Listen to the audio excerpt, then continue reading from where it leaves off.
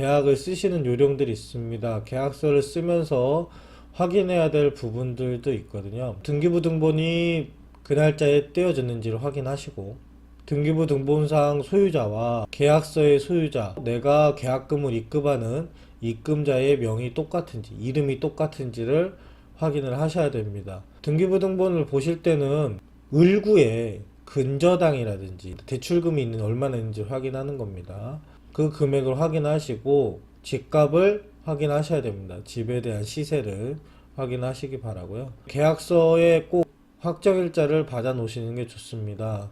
확정일자라는 거는 가까운 동사무소나 구청, 시청에 도장을 받는 건데요.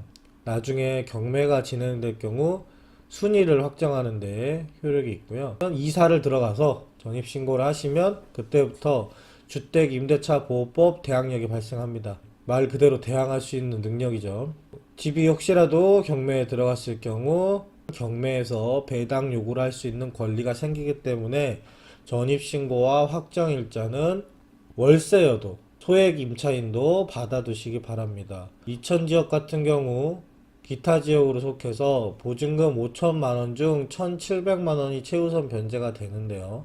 이것도 전입신고가 되어 있어야 기본공제가 가능하다는 거 전입신고 하시기 바라고요. 가끔 공인중개사 사무실에서 건축물 대장 이런 걸 보여줄 때가 있습니다. 근데 주택을 사용하면서 내가 실제로 주택으로 사용하고 있다면 건축물 대장의 표시가 창고이거나 근생이어도 주택임대차 보호법은 적용을 받습니다. 세입자분들 너무 걱정하지 마시라고 말씀드리는 겁니다. 경매 개시 결정이 등기에 기재되어 있는 경우에는 소액 임차인도 보호를 받지 못합니다. 그 부분 꼭 알고 계셔야 됩니다. 등기부 등본은 거의 그 정도만 보시면 됩니다. 가끔 신탁 등기가 걸려 있는 경우가 있는데요. 이 신탁 등기는 소유자가 신탁회사에 대출을 받기 위해서 의뢰를 해놓은 등기입니다. 그래서 신탁 등기가 걸려 있는 경우 신탁회사의 동의가 없으면 임대차를 할 수 없기 때문에 그 부분도 체크해서 하시기 바랍니다. 신탁 등기가 있는 경우에는 말소 조건이라면 내가 전세를 들어가는데 신탁 등기가 말소 조건이다. 그러면은 계약서는 누구랑 써야 될까요? 신탁회사랑 써야 되나요? 아니면은 현재 소유자랑 써야 되나요? 등기부 등본에는 신탁회사가 소유자로 표시가 됩니다. 하지만 신탁 등기가 있는 경우고 말소 조건이라 그러면 두 번의 계약서를 써야 되기 때문에 현 소유자와 말소 조건의 계약을 진행을 하시는 게 좋고요. 대신에 신탁회사의 말소 조건인지를 확인하셔야 됩니다. 돈을 입금할 때 신탁회사에서 알려주는 계좌로 입금을 하시는 게 좋습니다. 계약이 다 진행되고 잔금일까지의 시간이 남아있는 경우에 입주 전 청소를 원하시면 살림이 없는 집이라면 중개사를 통해서 문을 오픈해 달라고 하는 게 좋습니다. 파손 여부나 이런 거에 책임을 면할 수 있고요. 청소가 끝났다면 문을 닫고 이제 돌아가시면 되고요.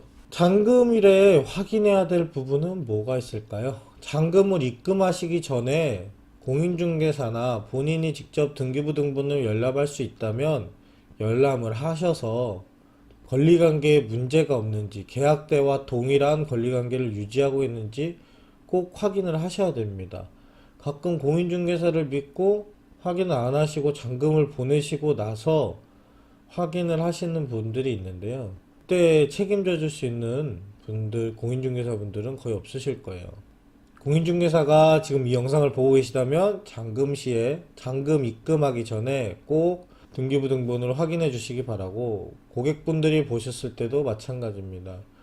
공인중개사 사무실에 요구를 하시던지 아니면 모바일 인터넷 등기소를 통해서 등기부 등본을 열람하시고 권리관계에 이동이 없는지, 융자는 늘어난 게 없는지, 을구의 변동사항은 없는지를 확인하셔서 이상이 없을 때 잔금을 입금해 주셔야 합니다.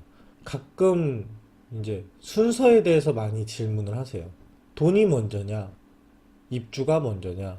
집을 나오실 때, 퇴거하실 때는 짐을 싸서 다 쌓은 다음에 집 상태를 원상으로 회복하고 보증금을 받아서 나옵니다. 들어가실 때는 집 상태를 다 확인하시고 보증금을 입금하신 다음에 짐을 넣으셔야 됩니다. 이게 동시이행 관계의 임대차 법입니다. 내가 짐을 안 넣었는데 돈을 어떻게 주냐? 짐을 안 뺐는데 돈을 어떻게 주냐?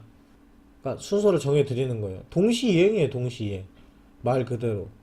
근데 그렇죠. 돈 주는 순간 한꺼번에 뺄 수 있나요? 그럼 빼시면 돼요. 그렇지만 빼실 수 없을 경우에는 짐을 다 빼놓은 상태에서 확인을 받고 마지막에 비밀번호를 알려주시면 됩니다. 가끔 그거 갖고 싸우시는 분들이 있는데 요새 번호키가 많기 때문에 입금 받는 순간 비밀번호 주시고 오시면 되고요. 예, 그 부분을 잘 원활하게 싸우지 마시고 원활하게 협의로 풀어가시면 됩니다.